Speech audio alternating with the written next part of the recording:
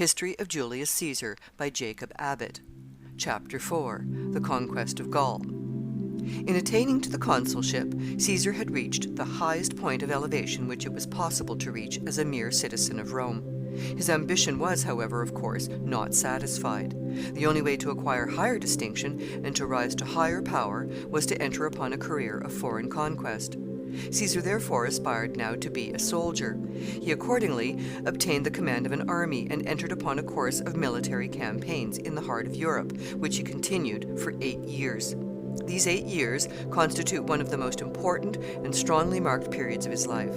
He was triumphantly successful in his military career, and he made, accordingly, a vast accession to his celebrity and power in his own day by the results of his campaigns. He also wrote himself an account of his adventures during this period, in which the events are recorded in so lucid and in so eloquent a manner that the narrations have continued to be read by every successive generation of scholars down to the present day, and they have had a great influence in extending and perpetuating his fame. The principal scenes of the exploits which Caesar performed during the period of this, his first great military career, were the north of Italy, Switzerland, France, Germany, and England, a great tract of country, nearly all of which he overran and conquered. A large portion of this territory was called Gaul in those days, the part on the Italian side of the Alps being named Cisalpine Gaul, while that which lay beyond was designated as Transalpine. Transalpine Gaul was substantially what is now France. There was a part of Transalpine Gaul which had been already conquered and reduced to a Roman province. It was called the Province then, and has retained the name, with a slight change in orthography, to the present day. It is now known as Provence. The countries which Caesar went to invade were occupied by various nations and tribes, many of which were well organized and warlike, and some of them were considerably civilized and wealthy. They had extended tracts of cultivated land, the slopes of the hills and the mountainsides being formed into green pasturages, which were covered with flocks of goats and sheep and herds of cattle, while the smoother and more level tracts were adorned with smiling vineyards and broadly extended fields of waving grain. They had cities, forts, ships, and armies. Their manners and customs would be considered somewhat rude by modern nations, and some of their usages of war were half barbarian. For example, in one of the nations which Caesar encountered, he found, as he says in his narrative, a corps of cavalry as a constituent part of the army, in which to every horse there were 2 men, one the rider, and the other a sort of foot soldier and attendant. If the battle went against them, and the squadron were put to their speed in a retreat, these footmen would cling to the manes of the horses, and then, half running, half flying, they would be borne along over the field, thus keeping always at the side of their comrades, and escaping with them to a place of safety. But although the Romans were inclined to consider these nations as only half civilized, still there would be great glory, as Caesar thought, in subduing them, and probably great treasure would be secured in the conquest, both by the plunder and confiscation of governmental property, and by the tribute which would be collected in taxes from the people of the countries subdued. Caesar accordingly placed himself at the head of an army of 3 Roman legions, which he contrived, by means of a great deal of political maneuvering and management, to have raised and placed under his command. One of these legions, which was called the 10th Legion, was his favorite corps, on account of the bravery and hardihood which they often displayed. At the head of these legions, Caesar set out for Gaul. He was at this time not far from 40 years of age. Caesar had no difficulty in finding pretext for making war upon any of these various nations that he might desire to subdue. They were, of course, frequently at war with each other, and there were at all times standing topics of controversy and unsettled disputes among them. Caesar had, therefore, only to draw near to the scene of contention, and then to take sides with one party or the other. It mattered little with which, for the affair almost always resulted in the end in his making himself master of both. The manner, however, in which this sort of operation was performed can best be illustrated by an example, and we will take for the purpose the case of Ariovistus. Ariovistus was a German king. He had been nominally a sort of ally of the Romans. He had extended his conquests across the Rhine into Gaul, and he held some nations there as his tributaries. Among these, the Aeduans were a prominent party, and to simplify the account, we will take their name as the representative of all who were concerned. When Caesar came into the region of the Aeduans, he entered into some negotiations with them, in which they, as he alleges, asked his assistance to enable them to throw off the dominion of their German enemy.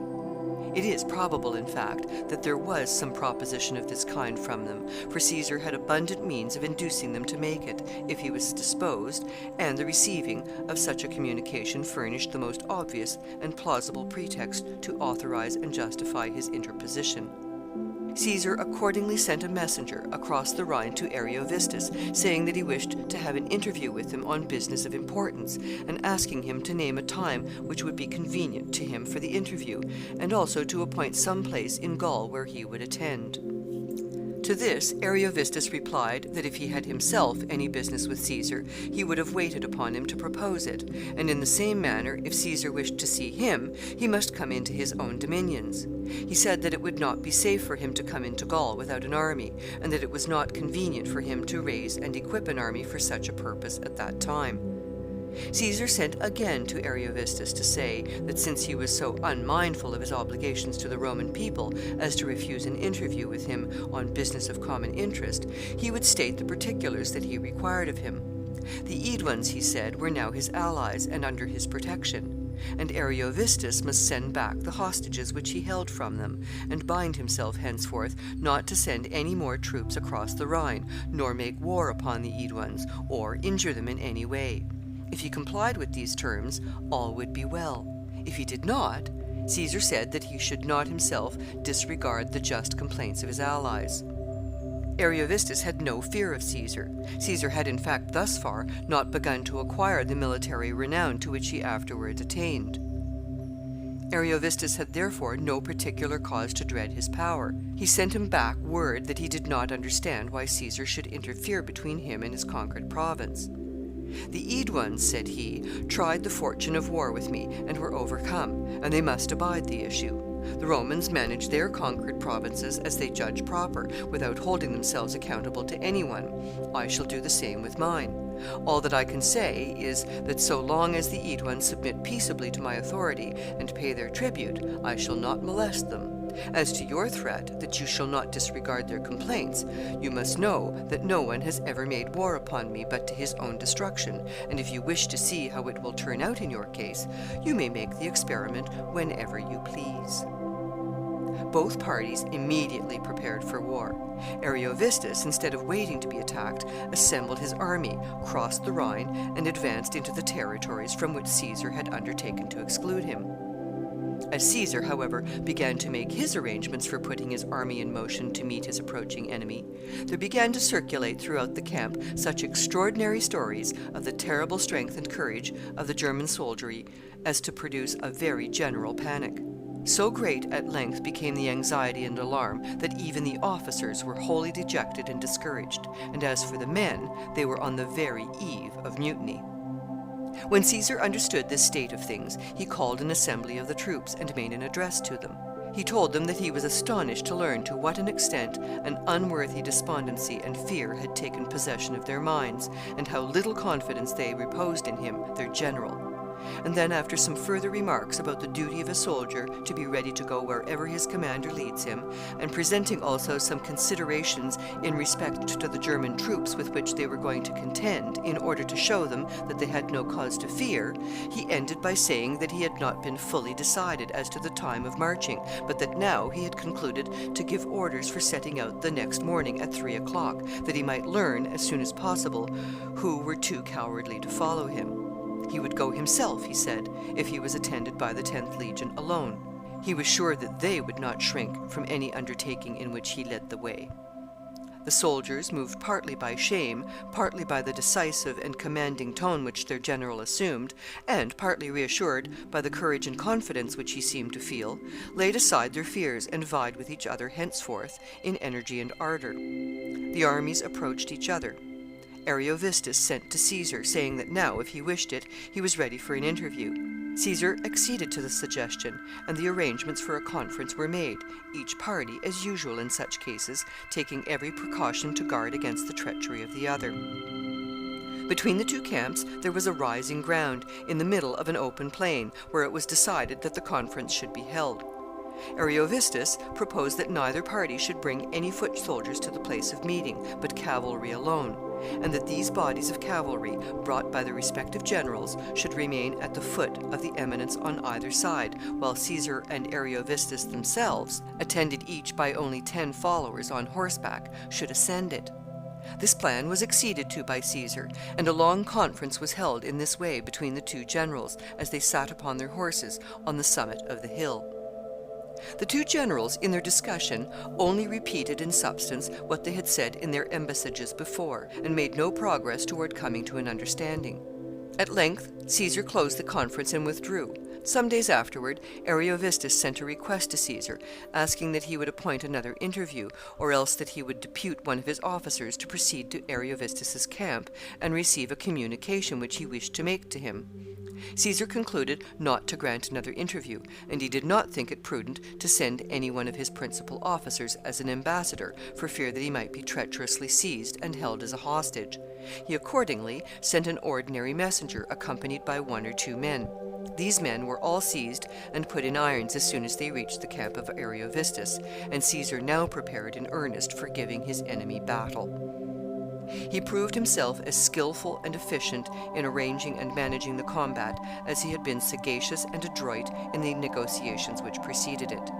Several days were spent in maneuvers and movements, by which each party endeavored to gain some advantage over the other in respect to their position in the approaching struggle. When at length the combat came, Caesar and his legions were entirely and triumphantly successful. The Germans were put totally to flight. Their baggage and stores were all seized, and the troops themselves fled in dismay by all the roads which led back to the Rhine. And there those who succeeded in escaping death from the Romans, who pursued them all the way, embarked in boats and upon rafts, and returned to their homes. Ariovistus himself found a small boat, in which, with 1 or 2 followers, he succeeded in getting across the stream. As Caesar, at the head of a body of his troops, was pursuing the enemy in this their flight, he overtook one party who had a prisoner with them, confined by iron chains fastened to his limbs, and whom they were hurrying rapidly along. This prisoner proved to be the messenger that Caesar had sent to Ariovistus's camp, and whom he had, as Caesar alleges, treacherously detained. Of course, he was overjoyed to be recaptured and set at liberty. The men said that 3 times they had drawn lots to see whether they should burn him alive then, or reserve the pleasure for a future occasion, and that every time the lot had resulted in his favor. The consequence of this victory was that Caesar's authority was established triumphantly over all that part of Gaul which he had thus freed from Ariovistus's sway. Other parts of the country, too, were pervaded by the fame of his exploits, and the people everywhere began to consider what action it would be incumbent upon them to take in respect to the new military power which had appeared so suddenly among them. Some nations determined to submit without resistance, and to seek the conqueror's alliance and protection. Others, more bold or more confident of their strength, began to form combinations and to arrange plans for resisting him. But whatever they did, the result in the end was the same. Caesar's ascendancy was everywhere and always gaining ground. Of course, it is impossible in the compass of a single chapter, which is all that can be devoted to the subject in this volume, to give any regular narrative of the events of the 8 years of Caesar's military career in Gaul. Marches, negotiations, battles, and victories mingled with and followed each other in a long succession, the particulars of which it would require a volume to detail, everything resulting most successfully for the increase of Caesar's power and the extension of his fame. Caesar gives in his narrative very extraordinary accounts of the customs and modes of life of some of the people that he encountered. There was one country, for example, in which all the lands were common, and the whole structure of society was based on the plan of forming the community into one great martial band. The nation was divided into 100 cantons, each containing 2,000 men capable of bearing arms. If these were all mustered into service together, they would form, of course, an army of 200,000 men. It was customary, however, to organize only 1/2 of them into an army, while the rest remained at home to till the ground and tend the flocks and herds. These 2 great divisions interchanged their work every year, the soldiers becoming husbandmen and the husbandmen soldiers. Thus they all became equally inured to the hardships and dangers of the camp, and to the more continuous but safer labors of agricultural toil. Their fields were devoted to pasturage more than to tillage, for flocks and herds could be driven from place to place, and thus more easily preserved from the depredations of enemies than fields of grain. The children grew up almost perfectly wild from infancy, and hardened themselves by bathing in cold streams, wearing very little clothing, and making long hunting excursions among the mountains. The people had abundance of excellent horses, which the young men were accustomed from their earliest years to ride without saddle or bridle, the horses being trained to obey implicitly every command. So admirably disciplined were they that sometimes in battle the mounted men would leap from their horses and advance as foot soldiers to aid the other infantry, leaving the horses to stand until they returned. The horses would not move from the spot. The men, when the object for which they had dismounted was accomplished, would come back, spring to their seats again, and once more become a squadron of cavalry. Although Caesar was very energetic and decided in the government of his army, he was extremely popular with his soldiers in all these campaigns. He exposed his men, of course, to a great many privations and hardships, but then he evinced in many cases such a willingness to bear his share of them that the men were very little inclined to complain.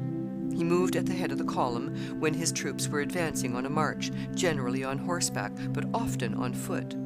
And Suetonius says that he used to go bareheaded on such occasions, whatever was the state of the weather, though it is difficult to see what the motive of this apparently needless exposure could be, unless it was for effect on some special or unusual occasion. Caesar would ford or swim rivers with his men whenever there was no other mode of transit, sometimes supported, it was said, by bags inflated with air and placed under his arms. At one time he built a bridge across the Rhine to enable his army to cross that river. This bridge was built with piles driven down into the sand, which supported a flooring of timbers. Caesar, considering it quite an exploit thus to bridge the Rhine, wrote a minute account of the manner in which the work was constructed, and the description is almost exactly in accordance with the principles and usages of modern carpentry. After the countries which were the scene of these conquests were pretty well subdued, Caesar established on some of the great routes of travel a system of posts. That is, he stationed supplies of horses at intervals from 10 to 20 miles along the way, so that he himself, or the officers of his army, or any couriers who he might have occasion to send with dispatches, could travel with great speed by finding a fresh horse ready at every stage. By this means he sometimes traveled himself 100 miles in a day. This system, thus adopted for military purposes in Caesar's time, has been continued in almost all countries of Europe to the present age, and is applied to traveling in carriages as well as on horseback.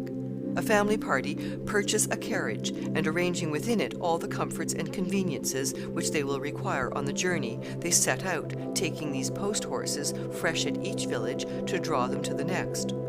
Thus they can go at any rate of speed which they desire, instead of being limited in their movements by the powers of endurance of one set of animals, as they would be compelled to be if they were to travel with their own. This plan has for some reason never been introduced into America, and it is now probable that it never will be, as the railway system will doubtless supersede it.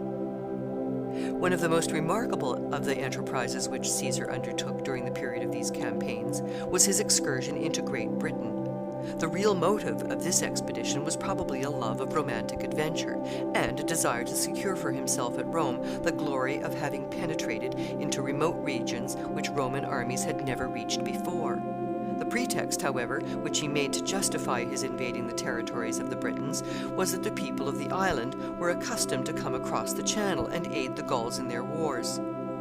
In forming his arrangements for going into England, the first thing was to obtain all the information which was accessible in Gaul in respect to the country. There were in those days great numbers of traveling merchants who went from one nation to another to purchase and sell, taking with them such goods as were most easy of transportation. These merchants, of course, were generally possessed of a great deal of information in respect to the countries which they had visited, and Caesar called together as many of them as he could find when he had reached the northern shores of France to inquire about the modes of crossing the Channel, the harbors on the English side, the geographical conformation of the country, and the military resources of the people. He found, however, that the merchants could give him very little information. They knew that Britain was an island, but they did not know its extent or its boundaries, and they could tell him very little of the character or customs of the people. They said that they had only been accustomed to land upon the southern shore, and to transact all their business there without penetrating at all into the interior of the country. Caesar, then, who, though undaunted and bold in emergencies requiring prompt and decisive action, was extremely cautious and wary at all other times, fitted up a single ship, and, putting one of his officers on board with a proper crew, directed him to cross the channel to the English coast, and then to cruise along the land for some miles in each direction, to observe where were the best harbors and places for landing, and to examine generally the appearance of the shore. This vessel was a galley, manned with numerous oarsmen, well selected and strong, so that it could retreat with great speed from any sudden appearance of danger. The name of the officer who had the command of it was Volusinus. Volusinus set sail, the army watching his vessel with great interest as it moved slowly away from the shore. He was gone 5 days, and then returned, bringing Caesar an account of his discoveries. In the meantime, Caesar had collected a large number of sailing vessels from the whole line of the French shore, by means of which he proposed to transport his army across the Channel. He had 2 legions to take into Britain, the remainder of his forces having been stationed as garrisons in various parts of Gaul. It was necessary, too, to leave a considerable force at his post of debarkation, in order to secure a safe retreat in case of any disaster on the British side. The number of transport ships provided for the foot soldiers, which were to be taken over, was 80. There were besides these 18 more, which were appointed to convey a squadron of horse. This cavalry force was to embark at a separate port, about 80 miles distant from the one from which the infantry were to sail. At length, a suitable day for the embarkation arrived.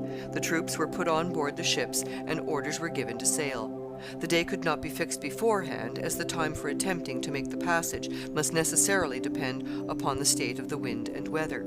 Accordingly, when the favorable opportunity arrived, and the main body of the army began to embark, it took some time to send the orders to the port where the cavalry had rendezvoused, and there were besides other causes of delay which occurred to detain this corps, so that it turned out, as we shall presently see, that the foot soldiers had to act alone in the first attempt at landing on the British shore.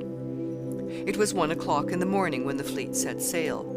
The Britons had in the meantime obtained intelligence of Caesar's threatened invasion, and they had assembled in great force, with troops and horsemen and carriages of war, and were all ready to guard the shore. The coast, at the point where Caesar was approaching, consists of a line of chalky cliffs, with valley-like openings here and there between them, communicating with the shore and sometimes narrow beaches below. When the Roman fleet approached the land, Caesar found the cliffs everywhere lined with troops of Britons, and every accessible point below carefully guarded. It was now about 10 o'clock in the morning, and Caesar, finding the prospect so unfavorable in respect to the practicability of effecting a landing here, brought his fleet to anchor near the shore, but far enough from it to be safe from the missiles of the enemy. Here he remained for several hours, to give time for all the vessels to join him.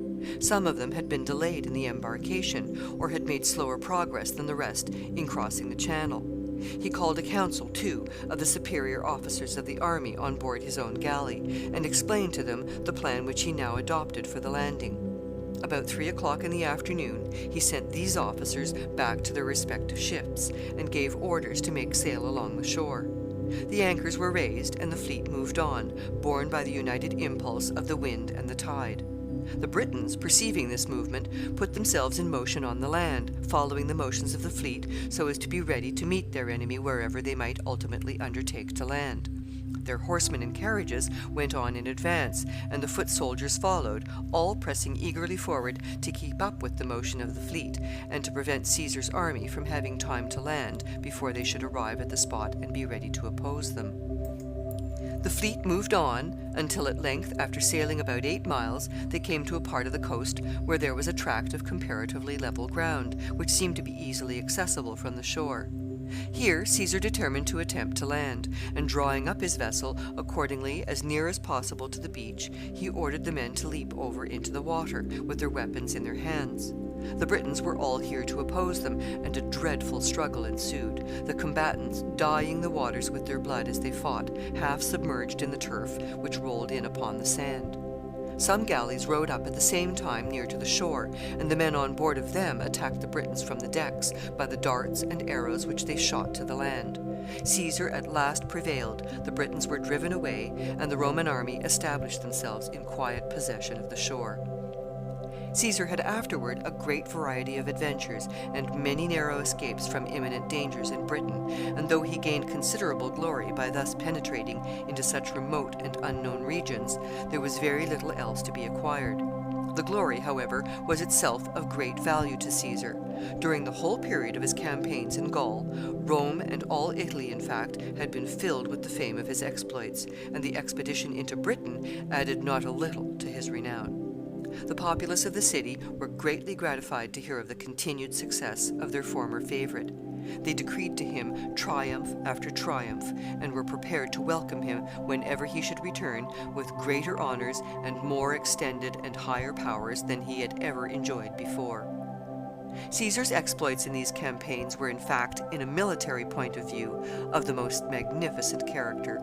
Plutarch, in summing up the results of them, says that he took 800 cities, conquered 300 nations, fought pitched battles at separate times with 3 millions of men, took 1 million of prisoners, and killed another million on the field. What a vast work of destruction was this for a man to spend 8 years of his life in performing upon his fellow creatures, merely to gratify his insane love of dominion. End of chapter 4.